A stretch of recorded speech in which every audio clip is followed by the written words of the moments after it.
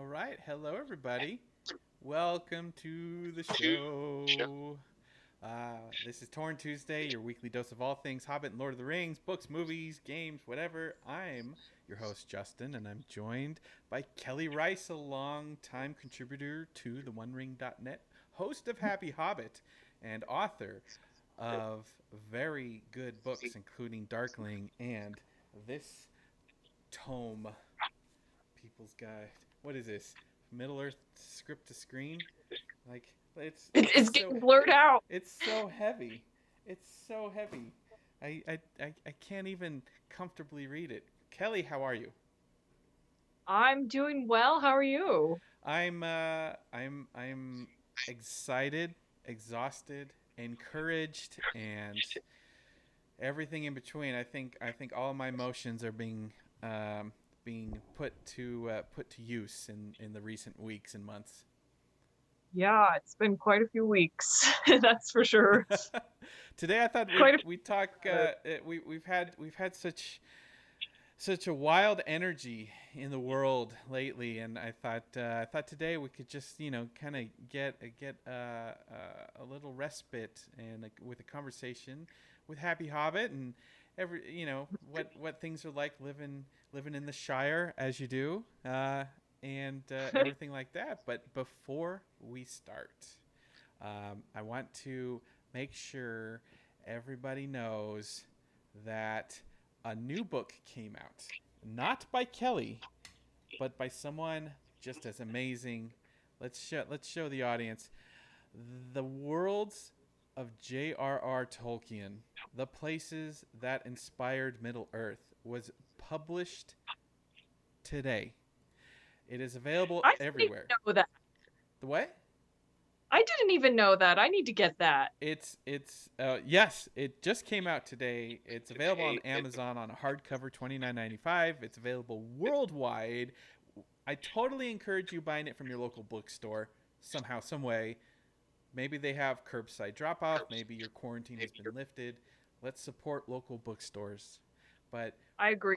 the Worlds of J.R.R. Tolkien is a book by John Garth, who's one of the foremost scholars of Tolkien. And if you go to Amazon, you can take a zoomed in preview of the book itself, and it shows paintings and drawings that J.R.R. Tolkien did. But here's the magic thing about this book. John Garth, through years of research, has discovered real life locations that served as the inspiration for the fictional locations in the books of Middle Earth, and everything from the Two Towers to Barad-dûr to the rolling hills to everything that to Helm's Deep is inspired by a real life location that Tolkien was familiar with. And John Garth has done the work to go through the old photos, research. He went to all the libraries, found some amazing old photographs, and hand drawn maps of Birmingham, and to discover what inspired J.R.R. Tolkien. And it is a fascinating book. This is probably one of the most important scholarship books that we could ever want. In No one's gonna know Cliff's not on the show today with you singing praises of scholarly Tolkien like this. I know. While the He'll cat's he'll away, be the mouse will play. proud. I'm actually a fan of books and literature. I don't necessarily Justin read. reveals he can read. You can tell how much I read by how often I've read The Hobbit. But so this is an amazing book. It just came out today. I highly recommend everyone ordering it and buying it. And just to prove that I read, look at all this dirt. It's so dusty. Kelly, have you read any books while under quarantine the last few months? I haven't finished all that many, but I have several going at the moment. Um, I've gotten a couple that I'm actually physically reading. One is The True Story of Grace O'Malley, Ireland's pirate queen. Okay. I've really gotten into audiobooks lately. So I've been listening to a book by a neuroscientist called The Upward Spiral, which is describing the function of the brain, what happens in depression, how the different parts of the brain talk to each other, and how you can essentially hack your brain to interrupt that spiral and turn into an upward spiral. Huh. What else have I been listening to? Oh, The Mists of Avalon. That's been over a year I've been listening to The Mists of Avalon. What If anyone is The Mist of Avalon? The Mist of Avalon is a retelling of the Arthurian legends, but from the women in Arthur's life. What? And mainly from the point of view of Morgana Le Fay, who in most legends is cast as like a dark sorceress or a witch. So it's showing, to me, she's the main character because it follows her the most. And it shows how her point of view of how the events in the Arthurian legends came about and came to be. And it also goes to a lot of really deep places. It's the arrival of Christianity in the British Islands and the ways that that affected the native people who were already there, and like the spiritual beliefs they already held, and how sometimes it melded perfectly, other times it was a clash, and how it contributed to the role of women in British society. So through the lens of the Arthurian legend? Yeah. Sounds like social justice warrior nonsense to me. You're wearing the wrong hat to say that.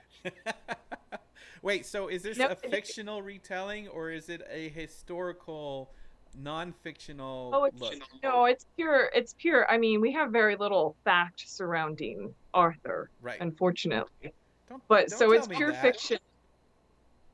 I can tell you some of the facts we do know. I wrote several papers about this in college. There is some we do know. I will argue with people who say he didn't exist, but no, I think she's drawing on like Chrétien de Troyes and was it Geoffrey of Monmouth? I'm blanking on my medieval writers here, who wrote the no, he had a P name. The guys who wrote like sort of the seminal definition of the legends of Arthur in kind of the courtly love era. I'm thinking like the 1300s. Yeah. When it was becoming popular. So everyone you'd expect to be there is there. Like everyone, if you watch Disney's The Sword and the Stone, those characters will be there, except for Archimedes. Oh, the Archimedes owl? is yeah. Let me ask you this: why do you think? I mean, I'm sure there's an obvious answer, okay, but I feel like we've had so many film versions of the King Arthur legend, told so many ways. Why has there ever been a retelling of film or a TV show from the woman's perspective of that legend? The Mist of Avalon was adapted into a miniseries in the late 90s with Juliana Margulies. I'm not sure if I'm saying her name right. She played Morgane, the main character, and Angelica Houston. She played a big role. I can't tell you how good the adaptation is because I was really young when I saw it, and that's what got me interested in the book. And in fact, I read the first chapter of the book right after I'd seen the miniseries. And within that first chapter, I had the prescience to say, this isn't a book for a 17-year-old girl. This is for a woman. I'm going to put this away and come back to it when I'm a lot older. And which is weird. I don't know why I thought that. I think because they were talking about, I remember one of the characters was cinching up her dress and she was like, her breasts were engorged with milk because she'd given birth.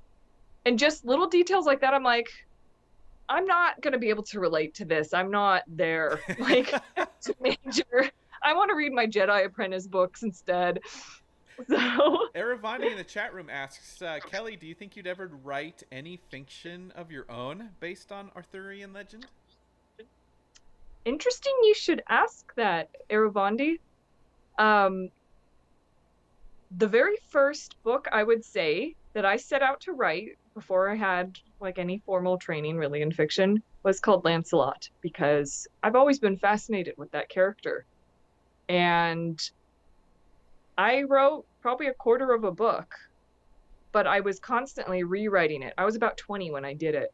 I was constantly rewriting it, but I did my homework. I did a lot of research. At the time, I was a university student, so I had access to academic journals and peer-reviewed journals. And I want to say totally abuse that, but I wasn't abusing it. It's just I wasn't using it for schoolwork. But I would hunt down and download PDFs of like every article I could find that was about the Arthurian legends, because I wanted to know everything that was out there and let it mulch and then come out with my own version of the story. And that still may happen one day. Um, for a long time, I made the shift and I was writing about women, but somewhat, well, in 2017, not that recently now, I wrote The Watcher, which is a story from the point of view of a young man. And I think I'm starting to spread my tendrils out a little bit more that way. So there's a chance I could pick it up again. But You know, if I could input on the decision of course, to write, I would love to read a story from the perspective of Lady Cluck from Robin heck Hood. yes! Oh my gosh, you scurvy knave! Robin Hood is my favorite Disney film of all time. I can watch it any day, night or day, twice on Sundays. It's the best. When you, me, and Alex all first became friends and we're hanging out in Los Angeles, what did we do at like 3 in the morning one time? We watched Robin Hood. Yeah. Okay, I think we stayed up till like 3 or 4 watching Robin Hood. And then the next day we're like, oh man, we're so tired. And other people were like, yeah, you up drinking, you hung over. And we're like, we were watching cartoons, man. We're hardcore. Like, it's so my favorite. Arn in the chat room says, have you watched Sam Neill's Merlin miniseries? I have not, but I really would like to, because I don't know if I didn't have the channel it was on originally or what, but now I see it and it's like so many seasons long. I know that it's going to be a big undertaking because I'll probably get really into it and, want to watch all of them. So I've kind of been saving that, but I would. Oh no, wait, or am I thinking of, is that Merlin? Merlin. Wait a minute. I might be confusing. What's the BBC or the British show? Maybe someone in the chat will know this. About Arthur, and it has Merlin, but I think I'm confusing that with a separate miniseries on Merlin starring Sam Neill, because I have a vague memory of seeing that, but I think I'm thinking of, there's a British show Maybe about young Arthur. Yeah, I can't speak to that because I don't really watch this type of any of the Arthur. I did see the most recent Arthur movie. Merlin, that's why. The which? I think that the British show's called Merlin, but I don't know if that's what. I don't think it's the Sam Neill version. I think the Sam Neill was in the 90s. Yeah, I think I did see that, but I just don't have. It didn't make as big of an impression on me as Mr. Babylon. It is the recent BBC show called Merlin. It is? Yeah, people in the chat room, Imran and Chad, saying that is the BBC show. That's worth it. Did you? When you take tests, they say always go with your first answer, and then you start second guessing yourself, like I just did, and I just convinced myself actually I'm insane. Honestly, that's true with all creative endeavors. Go with your first gut instinct. Just put it on the page. Maybe edit it later, but go with it. I enjoyed the last Arthur movie directed by Guy Ritchie, starring Jude Law. It was great. I thought it introduced some interesting new concepts. That was the one that was kind of rock and roll. Yes. Was it? Yes. Oh, it was? That was Jude Law? It was Jude Law and man, I just can't remember the dude. Blonde boy. Oh wait, no. That was the one before. There was no, there was a Robin Hood movie, right, with Jamie Foxx and Huh? the Elton John actor, Taron Egerton, right? I Uh-huh. think. Uh-huh. Okay. I saw that one. Ellen in the chat room confirms the Sam Neill Merlin is only 3 episodes and it was released in 1998. Then I wasn't insane. So there goes the argument for going with your first. Yeah. All right, there you go. There you go. As I was answering that question, I started seeing images of Sam Neill looking very Elrond-esque in like a red robe, and I was like, why is this in my head if I've never seen Merlin? Right? The show. I have seriously. If you guys don't follow Sam Neill on Twitter, he goes by his vineyard's name, Two Paddocks, Paddock, like a T-Rex paddock. Two Paddocks is his vineyard. But he's been posting videos with some of his acting friends like Brian Brown and Helena Bonham Carter, and they've been amazing. Amazing. Hey, Kelly, you've done a lot of research into Lord of the Rings and Tolkien. What are there? Are there one or two things that you can quickly point out that are in Lord of the Rings that are specifically directly related to King Arthur legend? There are a lot of magical rings in those sagas. I know a lot of his influence from that came from more Nordic legends, but see, it's hard because it's not like there was one book written that was the King Arthur legends. People like me, people like Marion Zimmer Bradley, who wrote The Mists of Avalon, we've all come along and contributed to it. Mm-hmm.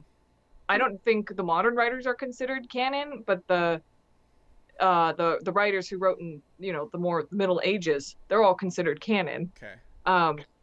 But there are characters who are not necessarily considered Knights of the Round Table, but in the same, I guess we'll call it the same fandom. Like they exist in the same, what do you call the Marvel universe? Like they exist in the same universe. Yeah, in the same universe. Yeah, as Arthur and his knights, and they have magical rings. They aren't the same as the One Ring of Power, but they can make you disappear or... Oh, come on. Tolkien must have been directly inspired by some of those legends that were hundreds of years old. Yeah, and he was reading a lot of medieval literature. Yeah, I mean, he is the king of medieval literature and language and philology. Like, he was absolutely inspired by. And I think you could even draw a parallel to magical swords. I know that Tolkien swords aren't inherently magical, but like Sting can alert you to the presence of orcs. But even just like the cherishing and naming of swords and having like the sword Narsil, it holds power in and of itself. That's a little bit like the sword that the Lady of the Lake gives Arthur.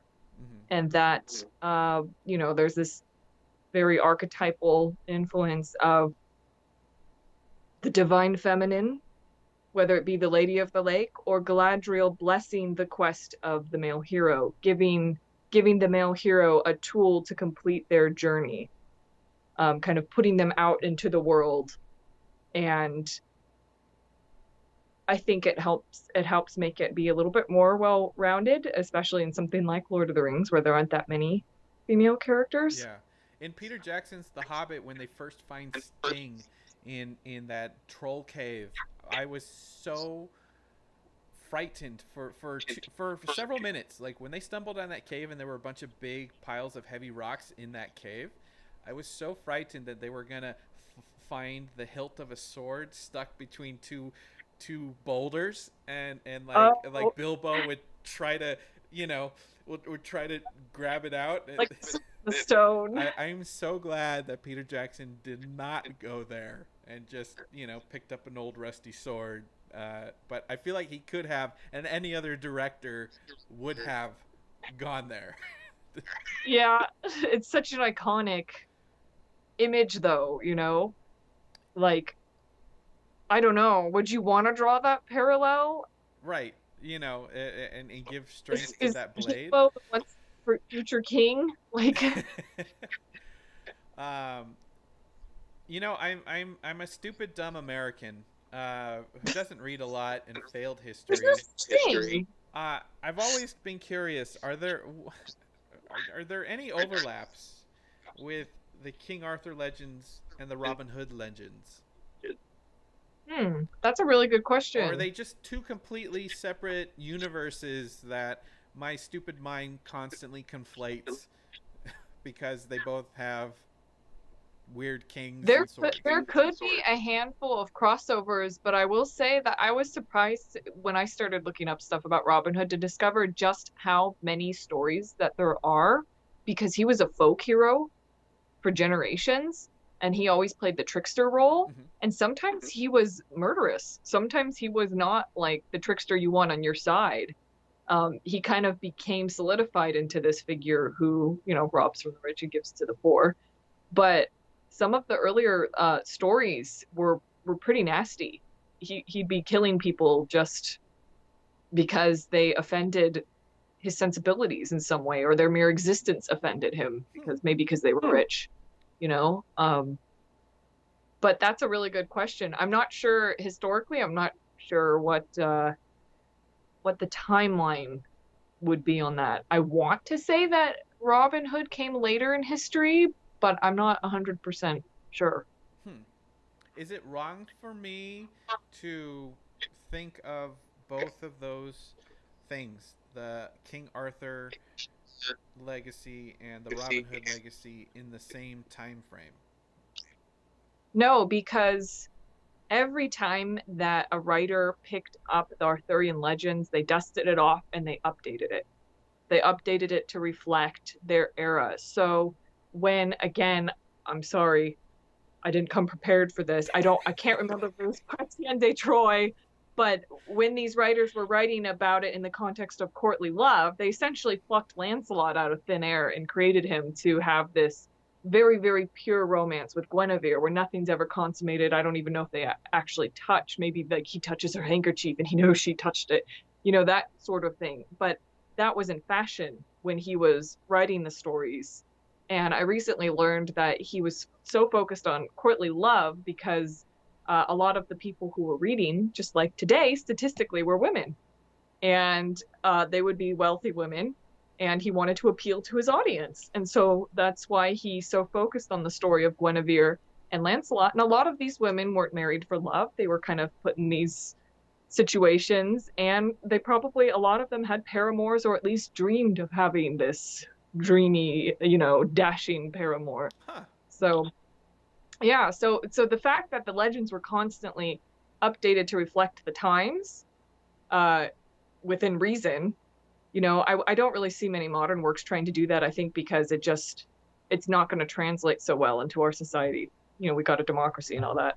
But since it's so old, is there anything legally preventing you, Kellie Rice, from writing a new Arthurian legend tale from whose ever perspective? Not that I'm aware of, no. Folklore is all out there. But that said, I know Cinderella is technically a folktale, but if you tried to retell it, Disney might have something to say about that. So there might be some muddy waters there now, but in theory, it should be all free game. Do you think there's anything valuable to add by diving into that IP? I mean, it's not even an intellectual property. It's, like you said, it's a legend. So is there anything to add that hasn't already been said in the Arthurian legend? I think it's worth revisiting from underrepresented points of view, like Marion Zimmer Bradley did with the Mists of Avalon. Because these, like I said, these stories are updated and reflect the times. The story could have come from a place where goddesses were still worshipped, or women were not given the same roles that they ended up having in medieval Christian society, which was very defined and somewhat restrictive. Um, so if you're taking something from that cultural context and you're transplanting it into yours, you're not going to have one of the characters who was maybe at the time that the character was born was a powerful force of, and I'll use this example of the feminine and revered as that, just as the Merlin would be revered. Um, that's not going to translate into the current cultural dialogue if you're not of that era. So what do?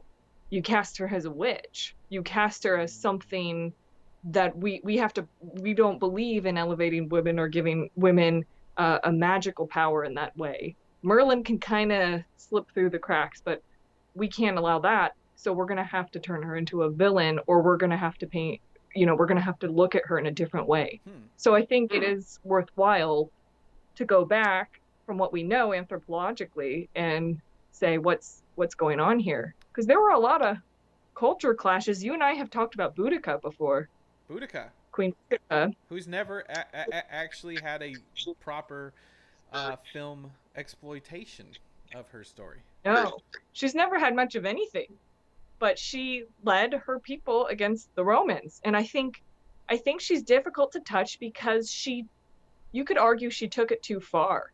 She didn't want to just stop the Romans from invading. She wanted to decimate them completely. Like, there's literally a layer of ash in modern London that is called the Boudica layer, or the Boudiccan layer. I'm not sure how they term it, because she burnt it to the ground. And Britons were living there as well. It wasn't just Romans. So I think they have trouble, people approaching it might have trouble with her that way. But part of the reason she rose to power was because her tribe in Britain, the Iceni, they had no problem with a woman inheriting the mantle of leadership from her husband, from her father. However, the Romans, it would be like you coming up to me and saying, why, like, pink is purple or pink is blue. And I'm like, no, blue is blue. The Roman mind, because of how their society was structured, just couldn't even fathom interfacing with that.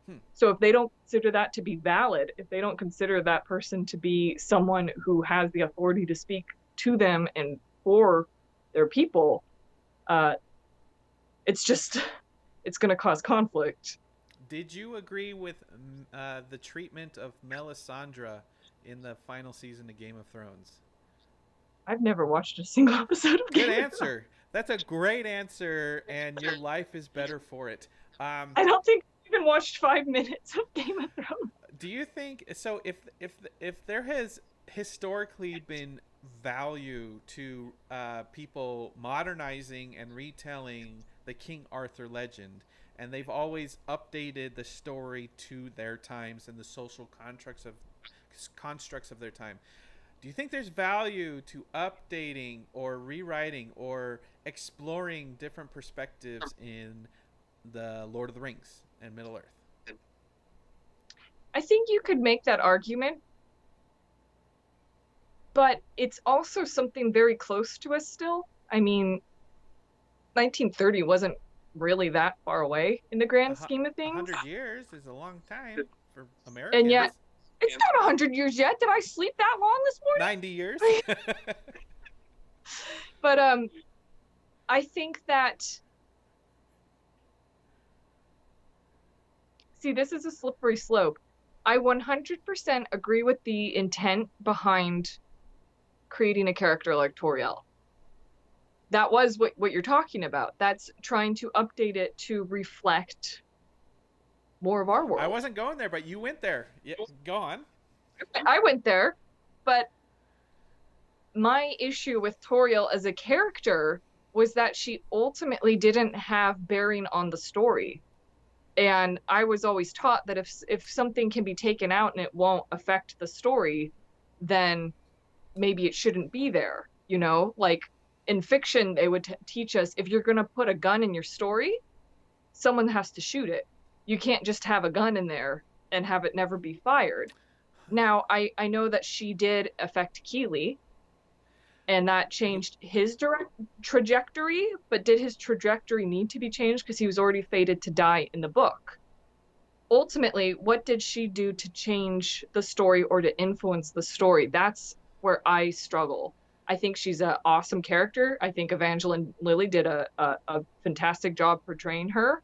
I think that she would be great, a great addition to the Legendarium, but she never, not in that context. I think. I mean, we've had several online and offline conversations with Evangeline Lilly, is one of my favorite people in the whole world, and I feel like she's the type of person that can choose to take a role. Like she chooses her roles wisely based on the scripts that she is given, and I feel like she took the role of Toriel based on a script that she was given, and there is a ton of personal frustration that character was changed in the final version of The Hobbit that we got. Well, when I was first watching the Battle of the Five Armies, I thought, here comes the payoff. Bolg just killed Keely. She's gonna massacre him. Like, she's gonna get revenge. She's gonna have agency. No. No. She didn't. And Legolas came and saved the day. Us did. And that's where I was kind of like,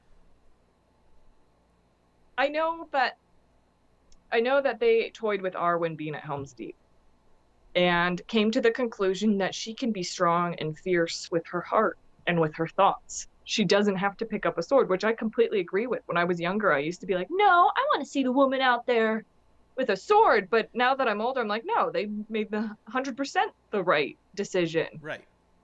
So I feel like Toriel was tempered a little in Arwen's direction of, yes, she's this badass warrior, but ultimately her impact was just one of the heart and one between two people. Like, but then why was she introduced as the captain of the guard, throwing herself into the fray and all of the action? And I know you can say, well, in real life stuff doesn't always get all tied up with a neat little bow like that, but this isn't real life. This is like fantasy. This is fiction. This is, Right. So I was disappointed with her in that film. I had hoped that there would have been a boom, she's so justified moment. And as we're slowly discovering, is that one, a lot of the faults that you just cited are because of studio executive meddling of the film. From a script by Philippa and Fran and Peter and Guillermo del Toro, and then Peter took over, kept mostly the same script, and then the studio, after the movie was shot, the studio required rewrites and totally changed Toriel's character in rewrites. And when they did reshoots, she was shooting things that she never signed up for, but she was contractually obligated. So, that's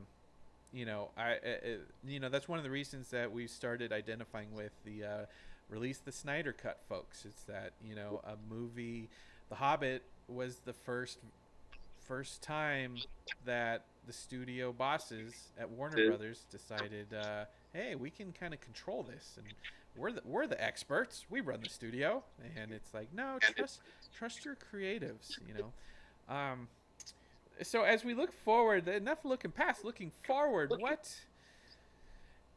does Amazon going into the second age of Middle Earth, is that kind of equivalent of us looking at Arthurian legends? Like, is the time frame kind of similar, kind of from a narrative perspective? Like, we look at the Arthurian legends as these old tales of wizards and stuff like that. So if we're going into the second age, do you get what I'm trying to say? Or is Amazon Second Age show the equivalent for them of an Arthurian legend? It could be, because you're going back a couple thousand years. So, it's possible. We only glimpse in the Lord of the Rings films, we only glimpse the Second Age at The Last Alliance of Elves and Men. And that's even the way that they color graded the film. It's very, this is something of lore. This is something out of antiquity. And then the ring was lost. Everyone forgot it existed. I kind of think of it almost as like, there once was mighty Achilles, and we're like, oh yeah, sure, whatever. And then what if Achilles just showed up? Yeah. You know, something that felt like it came from a completely different time, even though there's still remnants of Greek culture everywhere you look. But do you expect to see that in the everyday? So I think you could definitely draw that parallel.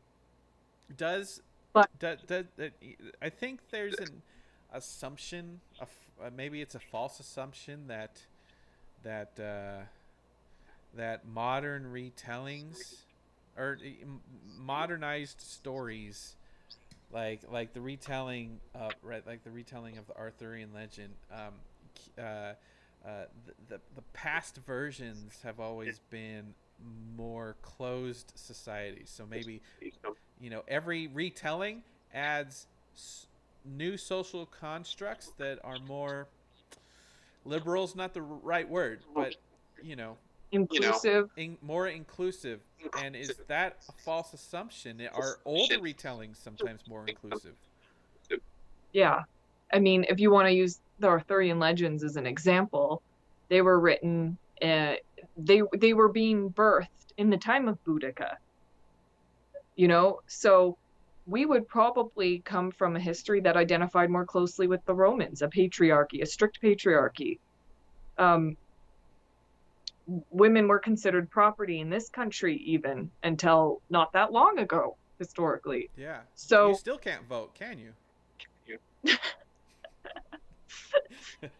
I don't know. Is that directed at me as a hobbit? Not cool, man. Well, so I guess what I'm getting at is that I think there's a tendency to expect that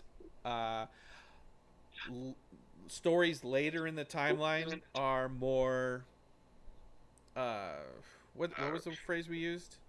Inclusive versus the past. But I anticipate, I expect, I want, and I desire that the second age of Middle Earth is much more inclusive than the third age, where it is perfectly reasonable for all the men in the third age to keep Eowyn off the battlefield.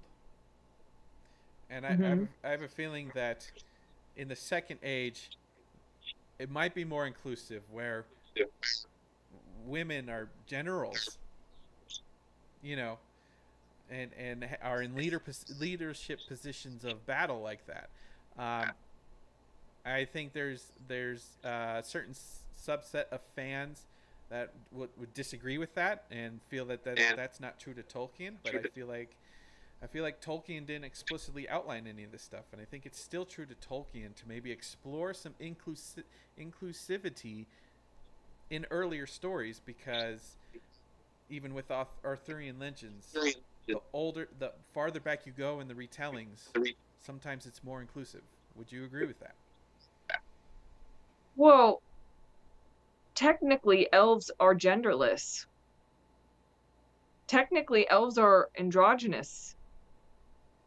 When Tolkien was asked about it, now I can't quote this, and if anyone in the chat wants to challenge me, they're welcome to. But back when I was a fangirl writing my fan fictions, not that I'm not still a fangirl, but like when I was actively trying to write canon, I was really baffled by that. And I thought, well, then how, like in the same way that then they become orcs and orcs are androgynous. And it's because there was this Victorian sensibility of, reproduction doesn't exist in the way that it does for us, I guess.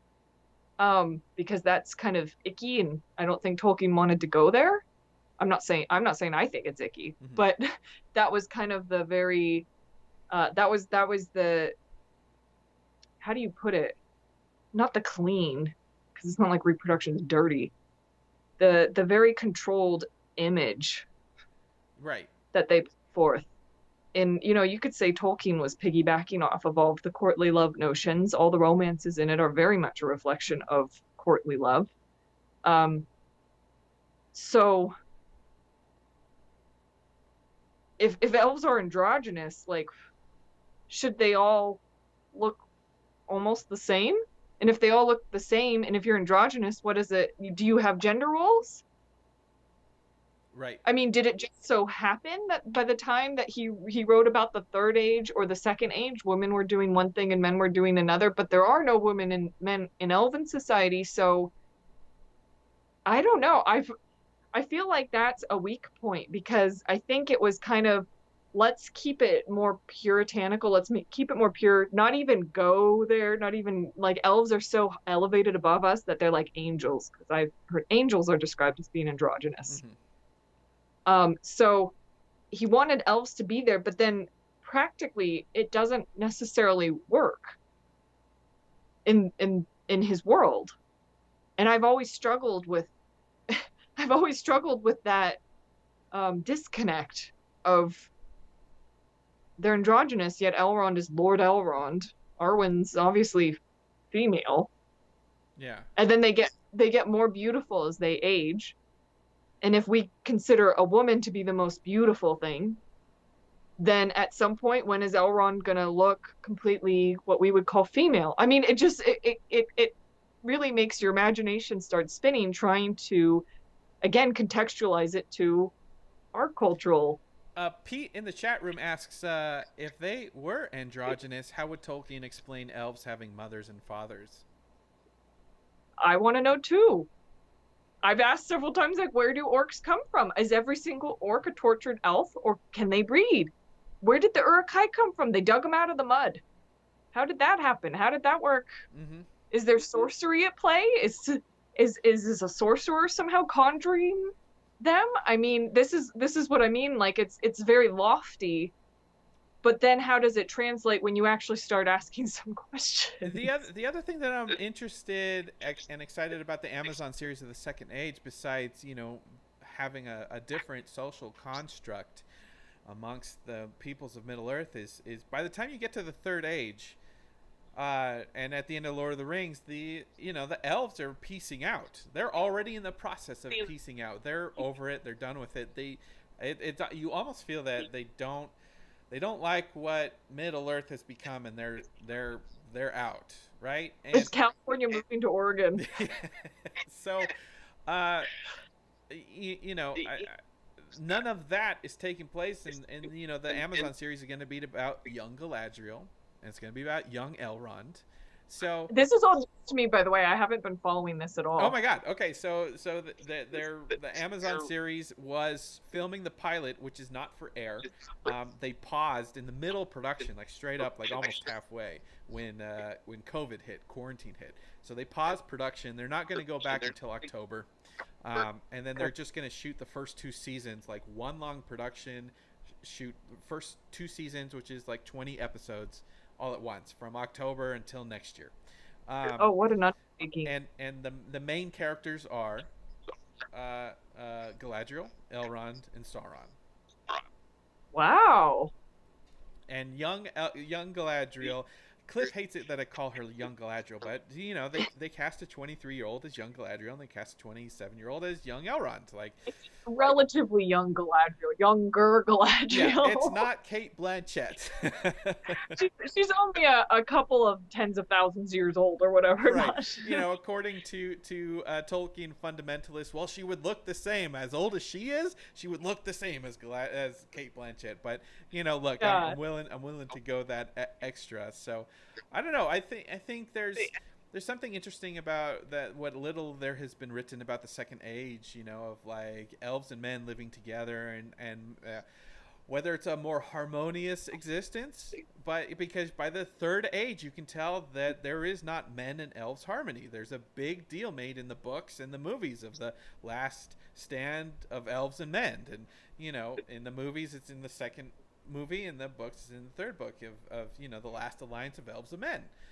And honoring that oath it's like when you go back to the Second Age, it's not a big deal because it's just happening. Because I think they're all kind of just living together, figuring out Arda or Middle Earth on their own. So there's something interesting, and there's something interesting there. And I don't want I don't want Tolkien community and to get up in arms about, Amazon ruining Tolkien and making all this social justice warrior, liberal Hollywood, ruining Tolkien, who was arch conservative Catholic. Um, I feel like it's still true to Tolkien to do everything I just said, which is a more inclusive society in the Second Age. I don't know. It's interesting. Did when you were researching this book, Middle Earth Mm-hmm. script to screen, look at that gold foil. Um, was there when talking with the artists and artisans designing Middle Earth script to screen? Was there a conscious effort by all the artists and artisans and design leads and department leads to validate every decision against, is this true to Tolkien?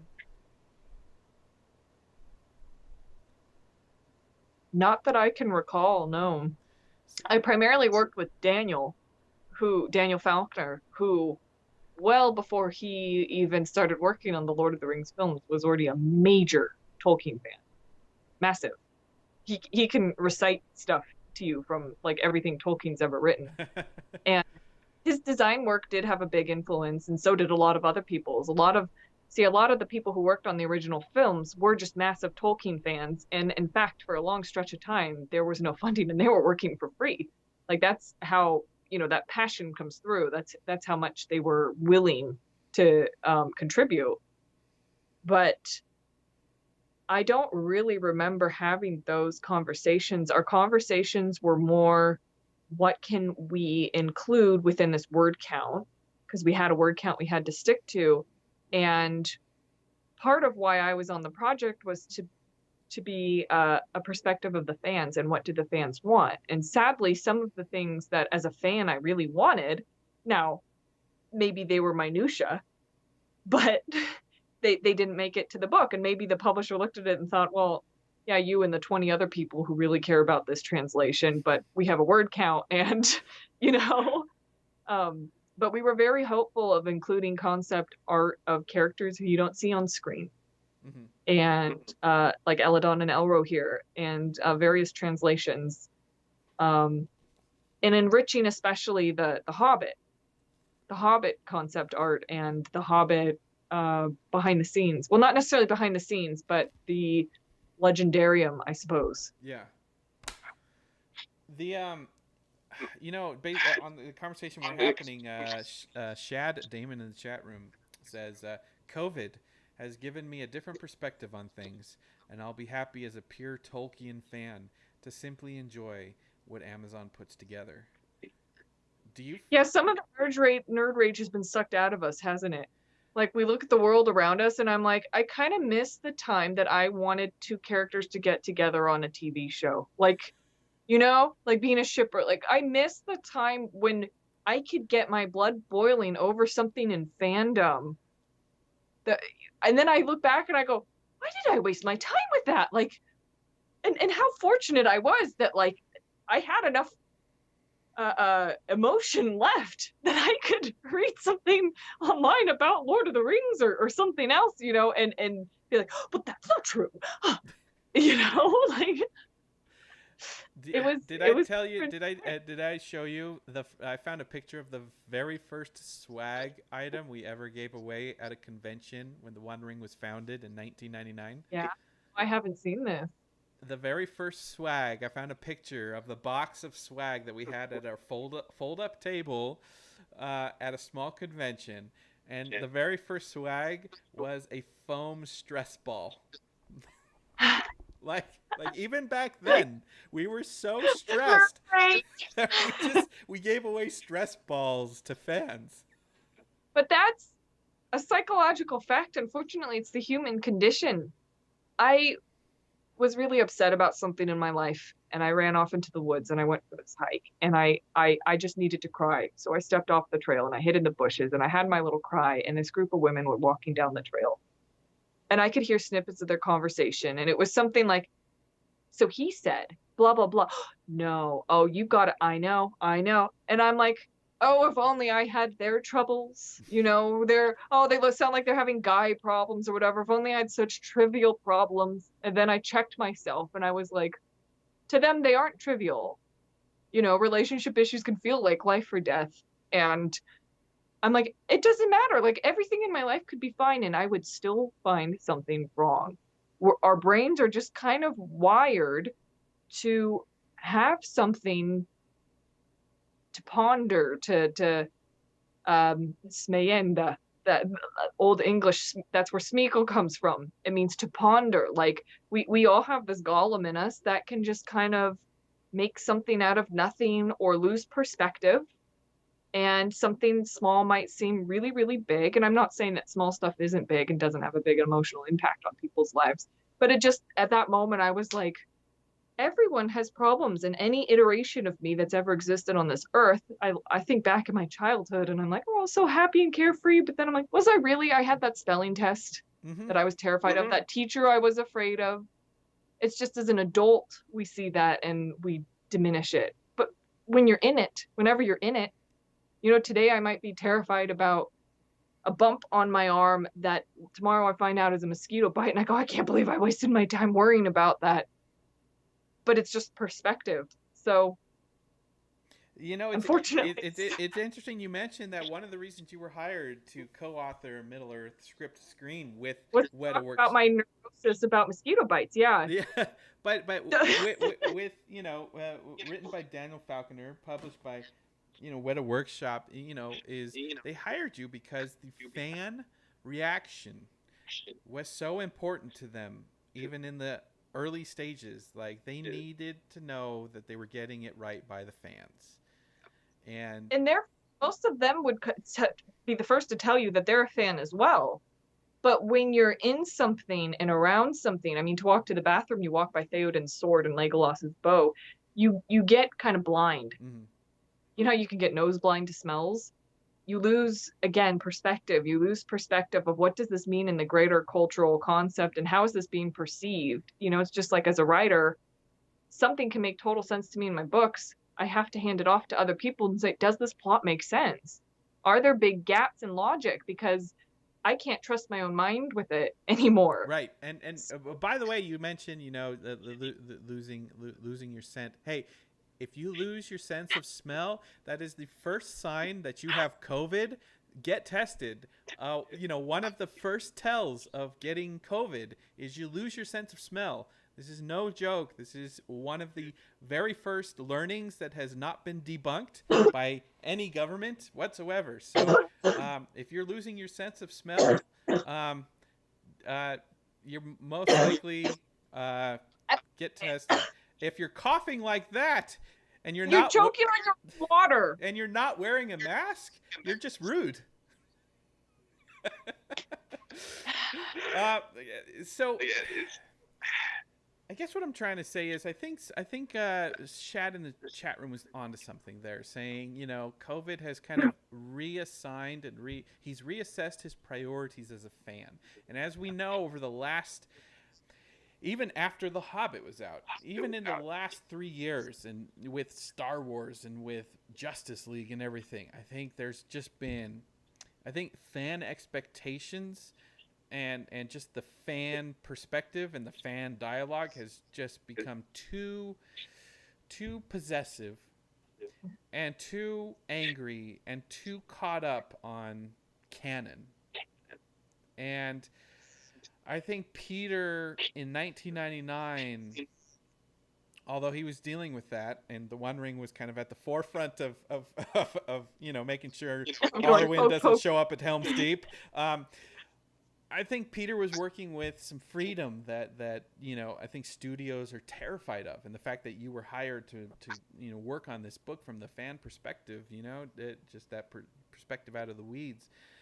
So I hope that the feeling that Shad in the chat room says is that COVID has kind of changed his perspective on things. I hope that has happened to millions of fans worldwide, and I hope that this quarantine situation and this real life health situation, people have constantly posted that one of the first things they did under quarantine was watch Lord of the Rings. Oh yeah. You know, and people are posting about it all the time, and reading Lord of the Rings and rereading Lord of the Rings and rewatching Lord of the Rings at the beginning and at the end of quarantine, because Lord of the Rings is that good. And then Josh Gad did his Lord of the Rings reunion, which I would have broken the internet if it wasn't for real life happening, you know? And things that need to happen are happening right now.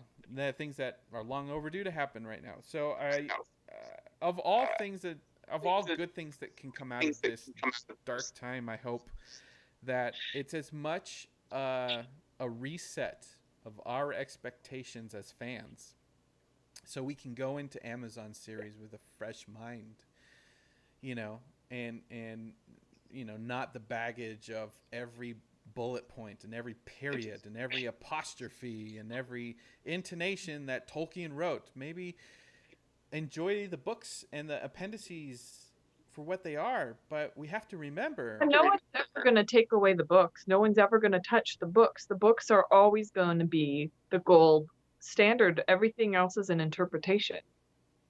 And my point of view, like, there's a lot of conspiracy theories going around right now, and some of my friends have tried to rope me in, and I'm like, I'm sorry, I just can't. And they're like, why? And I'm like, because I've been on a few film sets. And they're like, what does that mean? And I'm like, there is no way like you can get a group of people to coherently communicate precisely, get stuff done like exactly. Humans, to me, humans just don't work that way. We think that like we can, but we don't necessarily. I mean, we get mad at our government and like they're just as bumbling around as the rest of us are. So when I see that, when I see the how difficult it is to accomplish something like a film, I'm like, it's a miracle they get made at all. Even the worst one you've ever seen, it's a miracle that it exists. You know now. And so sometimes I do feel like other fans are nitpicking, and I want to challenge them to say, go out and make your own. Like, you don't have to make a blockbuster film, but just start somewhere. If you want to feel like you're controlling an art form, you can do that. We have the technology now. You can do it with your phone. Absolutely. So, yeah. Literally, there's nothing stopping anyone from creating now and putting it out in the world. Mm-hmm. We're in peak creative opportunity right now, and yeah. So let me pause it. Let me post this question to you now. All right. Let's say Amazon called you tomorrow and said, Kelly, come write on the Lord of the Rings show. We want you in the writers' room, and we know how group dynamics work, and of course, but if you were to get hired to write episodes and be a part of Amazon's show, you know, what would you want to include? Are you what would you come to the table with? What would you come into the room? Would you look for more opportunities for inclusivity? Do you want to tell something from a certain perspective? Like, as a lifelong fan, what do you want out of the Amazon show? First off, I'd request to be paid in hand sanitizer. I intentionally have not let my mind go there because I've kind of had a surrendering. That's why, like, when you started talking about what the show's going to be about, I have no idea. I've tuned out. I've tuned out because I want to have a fresh perspective when I watch that first episode. I don't want to come into it with a bunch of preconceived ideas. So if that were taken away from me, if I were no longer just a fan and I was actively contributing, I would be hard pressed not to approach it from wanting to have there be more female characters. Because as I've mentioned, that's primarily what I write. I don't know why. It's almost like I am a female or something. And that is sorely missing in Tolkien. And yes, he was a product of his era. And yes, he did write some women, I guess I can call them women, whether they're elves or not, who broke the mold completely. I tend to see that as he had it in him. Look at Éowyn. Éowyn completely breaks the mold of what's expected of women, not only in Tolkien's era, but from the influences he was drawing upon. So you can take that and run with it, but hopefully you take it and run with it and temper it so that it does still feel authentic to the world. But I'm interested. I'm really, really interested. What is life like for the average female hobbit? Like, do they have free will? Do they decide?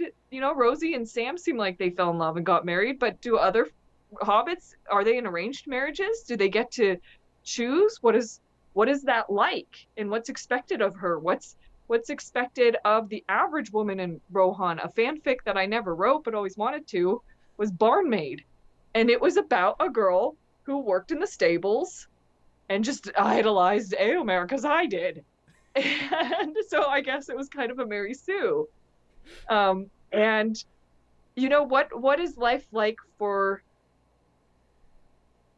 I guess I'm realizing I'm interested in what is life like for more of the average people, because when you think about it, the Fellowship is almost completely comprised of royalty or some form of it. Or rich people. I know, let's be honest. Frodo is the 1%. He inherited the most wealth in the Shire. And he's not royal of lineage, but he is of, like you've said, financially he's royal. He's upper echelon. Everyone else, Gimli is essentially a prince. Legolas is a prince. Aragorn's a king in hiding. Boromir's a king in waiting. Yeah. He's like, then you, of course, you do have Sam, Merry, and Pippin. Who is it? Is it Merry who goes into government? Right.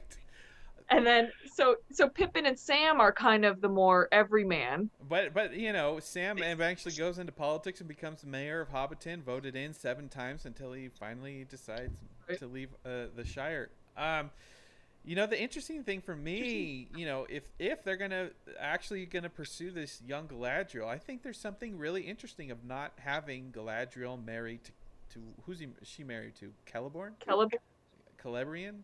Celeborn? To know more about Celeborn. But I want to see them pre-relationship. I want to see a young Galadriel that's struggling with the choice of stick with my elven brethren or go after man, and see some parallels between Arwen and Aragorn. Like, why does Elrond not want Arwen to be with the lineage of Isildur and like one of the most intelligent, smartest, holy bloodlines in Middle Earth? Why is Elrond against that? I think if you look at it from his point of view, though, Elrond, isn't he the prodigy of Beren and Luthien?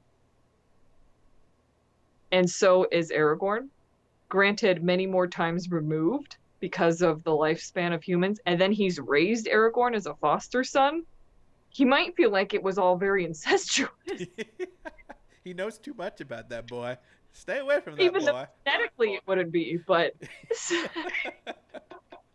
they share the same ancestors, and for Elrond it's just like 1 or 2 generations away, I think. It's interesting that you bring that up, because didn't Tolkien himself, J.R.R. Tolkien, marry Edith, a fellow a fellow child in the same boarding house? Was she? I think they were both orphans, and they met in the boarding house. I didn't know that. I think that that's what they present in the movie Tolkien with Nicholas Hoult, is that they were both, he was orphaned when his mother died, and he was brought in by a rich lady who was also taking care of some other children, and so they were so there's some parallels there between Elrond, Arwen, Aragorn, Tolkien. Children. That's interesting. Kelly, it's been great talking with you and catching up with you. I want to show people your YouTube channel, Happy Hobbit. You just search for Happy Hobbit on YouTube. Your latest video, New Chicks. The title got my attention. Tell me more. Apparently, keeping chickens became all the rage during lockdown. So everyone decided they wanted to have a hobby chicken farm. So some people were getting up and waiting at local feed stores at 4 a.m., waiting until they opened at 6. So I'd say my mom almost panic bought chicks. Like we weren't intending, our flock was aging out and we only have 4 left. So we needed new chicks. But I'm like, I don't know if we needed 9, but now we have 9 chicks and they're adorable. They're super sweet. And I was very excited because, like, fortunately for me, I didn't have a lot of debts. In fact, I didn't have any debts. So I could use my stimulus money to get something to put it back into the economy, right? What it's for. I bought a new Sony camera and I'm really excited about the world that opens up for me. So that video was shot, it's actually in 4K. So if you ever wanted to see chicks in 4K, and I mean baby chickens. Yeah, a good qualifier there. That's the video for you, but I've been having a lot of fun exploring my creativity. Most of those videos are up on like my author channel, KM Rice, but one thing I've noticed during lockdown is a lot of people have come to me again on my author channels because I post a lot of nature. And a lot of people have come to me thanking me for the images and the videos because they can't go out, where they were living, they couldn't go out, or maybe they don't have access to it. And I'm very privileged to have access to nature. And it makes me happy to be sharing it with people. So I've kind of shifted my focus on my KM Rice stuff to, like, I'm starting a whole playlist that's nature bathing or forest bathing. And like when you need to de-stress and you just want to hear birds and you just want to see natural things, that's what I'm gravitating towards. But I've expanded that now, and I'm starting to make, I don't even know what you would call them, short films, I guess. And I finished it recently, my first one. I haven't published it yet, but I'll probably end up uploading it to my channel this week.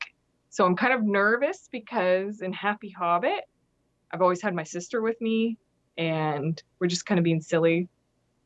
But it's strange to do something kind of more serious. I don't know if it's serious, more introspective. Yeah, that's a better way to put it. I think George Lucas would call these a tone poem. That's, good on you, George Lucas, because after I finished it, and again, I haven't posted it yet, but I'm like, what did I make? And I'm like, it's visual poetry because there's a voiceover and it's me reading my own written work, but to me, it's visual poetry. So I'm really excited about that, and hopefully I'll be able to start using my new camera for future Happy Hobbit episodes. So those should be crisper. I like the camera we had before that only could shoot up to 720p, which if anyone knows anything about film, that's pretty outdated by now. I love these tone poems. I mean, there's just something so soothing, as you said, of like, that we're inundated with energy right now from everything, and just being able to subscribe to your channel, KM Rice, and just be able to get some content of rain dripping in a pond and a ladybug on a I just uploaded that one today, and I was stressed out this morning, and I'm like, I better watch this before I put it up. And by the time I finished, I was like, oh. It's fascinating to me. And I know I mentioned I've been listening to a book on neuroscience, but it is fascinating to me the way that our brains have evolved to seek solace in nature. And I think Tolkien would agree with me on this. And, study after study has shown that if you're depressed, go for a 30-minute walk outside where you can see trees. And it's almost as good as an antidepressant drug. There was another study that said women who live where there are trees live longer, healthier lives. And they think a lot of it is tied to the fact that just a leaf's appearance, the texture of bark, the way the shadows move and the sunlight falls, the sound of birds. Science is catching up with what we've kind of always instinctively known, that these things are comforting and soothing to us. There is no such thing as inside and outside. That's a construct. Yeah. We put a box on the ground and we say, oh, we're separate now. Nature's something different. No, it's not. So for people who don't have access to nature, It's almost like medicine to be able to immerse yourself and feel like you were in this natural space. And it is incredibly stress relieving and nourishing to your soul. So that sounded like a lot of self-aggrandizement, but I'm attempting to capture that and present it in audiovisual format for people who might not have Who are stuck at access, home, you know? who are stuck at home, or maybe you live in an urban area to begin with, And or you just want to see what our part of California looks like. I mean, I love going to our national parks, and they've been closed. You know, like Uh, Yosemite just opened this week. You know, it's and a lot of national parks are still closed. but even like your shirt, Justin, it's a fern. And we would look at an image like that, and I know it's like the silver fern, the symbol of New Zealand, but we would look at something like that and not even take a second to appreciate it. And that's kind of what I've been going through personally, and I'm trying to share with the world is slow down. I'm on TikTok doing the opposite of what TikTok's supposed to do. I'm putting up videos of just a leaf blowing in the wind for 30 seconds because Yeah. we don't pause often enough to appreciate the intricacies and how beautiful nature is, whether you believe it came from the hand of a god or a goddess, or if it came from dumb luck, whatever it is, it's there and it's spectacular. And so I am trying to go against the grain. I'm trying to do the opposite. Everyone's telling me faster cuts, do a vlog and just cut it, edit it, edit it, edit it. And I'm no, I that's not Mm-hmm. that's not my vibe at the moment. So I tell you, there's one director that you would really like if you haven't explored his filmography. Terrence Malick. yep, I knew you were gonna say that. Terrence Malick, who directed Badlands, Days of Heaven, Knight of Cups, The Thin Red Line, The Tree of Life is probably his most recent famous Didn't film. he also do the New World? He did The New World, yes. That's the New World kind of changed my opinion of what you can do with film. And I know it's not a blockbuster, it's not a big hit. And Jane Campion, she's a New Zealand director, Bright Star. The way it's immersive, those films are immersive in atmosphere and poesy. That's what fascinates me, and that's kind of more my aesthetic, I guess. I tell you, if you want to have a religious experience, do yourself a favor, watch two movies. You might not have the emotional bandwidth to do them back to back, but maybe like Okay. day after Space it another. out. Two movies.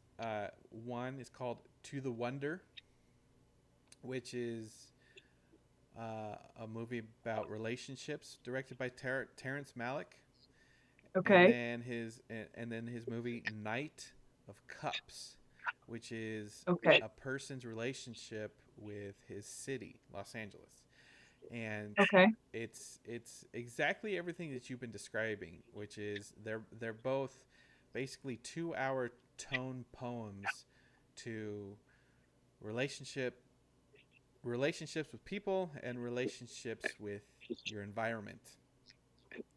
And they're shot beautifully. There's limited dialogue. The dialogue fades in and out.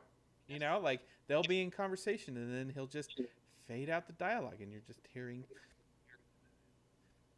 Hmm. you know, but the music swells and you start to feel. So Terrence Malick's Knight of Cups, To the Wonder, amazing films. Even if you didn't like Tree of Life, uh, yeah, that's the feature film. And if I had anything to do with it, I would give Terrence Malick a spin-off series about life in the Shire. Oh my gosh. Alex and I have always said before The Hobbit was even talked about being made, we're like, we want a movie called Happiness in the Shire or a TV show.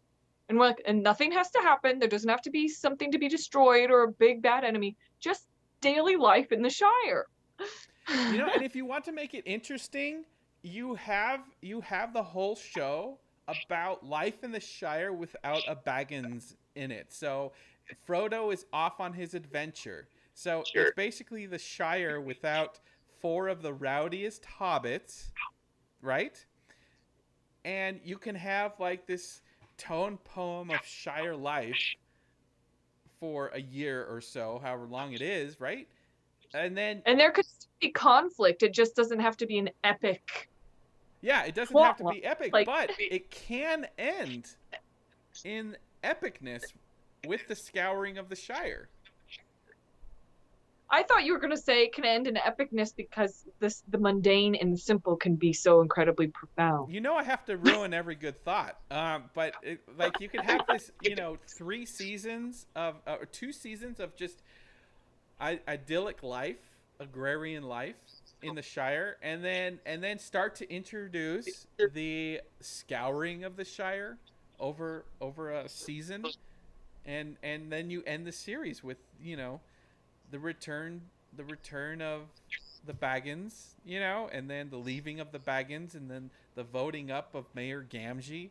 But I think there's something interesting about what, it's the transition of the new age. It's not just the new age of men and the return of the king, right, at the end of Return of the King, right? It's the new age for all of Middle Earth, and you have to believe that the scouring of the Shire was a pinnacle moment in the history of the Shire that changed things. And then Frodo bequeathing his fortune. Mm-hmm. And then Samwise. That'd be like Jeff Bezos giving it to the people of America. I mean, crazy. Yeah, the riches of all that stuff. So I don't know if look, I'm excited for the Second Age show. I really want to see it. I really want to see where they go. But I really want a spin-off show. And Amazon has paid for the rights to spin-offs. Let's be clear. I want just a Shire show. Happiness in the Shire. Happiness in the Shire. And maybe you have like an old lady hobbit that like goes around solving the crime because there's no policeman. Yeah. Well, there's bounders. But like if you look at a show like Call the Midwife, most of the stories revolve just around daily struggles, but they make you care so much. Is her Rolodex really gonna work? Yeah. Like they managed to get you that invested. So I guess arguing for quieter stories, I think are just as important as the big epic ones. And I think it would be really fascinating to look at quieter stories in the context of the epic of Lord of the Rings. I agree. Well, this has been a great conversation. Hey, you guys, if you haven't picked up this mighty tome called Middle Earth From Script to Screen by Daniel Falconer, Weta Workshop, KM Rice, you can order it on Amazon.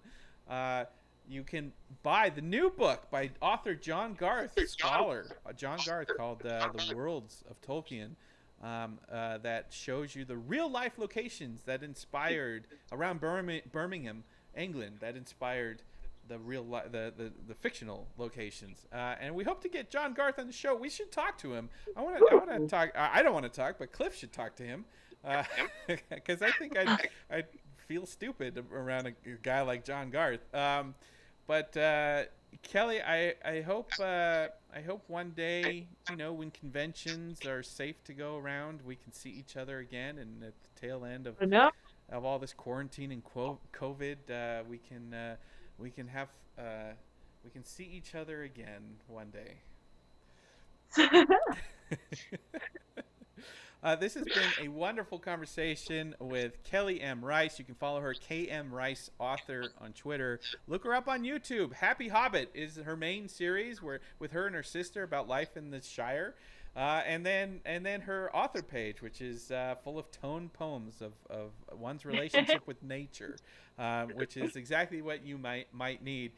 This is Torn Tuesday. We're here every Tuesday to talk about all things Tolkien, and gosh, this has just been a nice, healthy conversation, and with everything going on, I appreciate you bringing some positivity and some good energy and some researched history to everything going on. So, well, as always, it's a pleasure to be there, and be here, and thank you so much to everyone who took the time to tune in. All right, and so we will see you guys next week for our Torn Tuesday. My name's Justin, and we'll see you again And I don't know. Yeah, I need to get John Garth on the show for sure. So, I agree. and everyone says say hi to Bard and Feely, please. I will. All right, we'll see you soon, guys.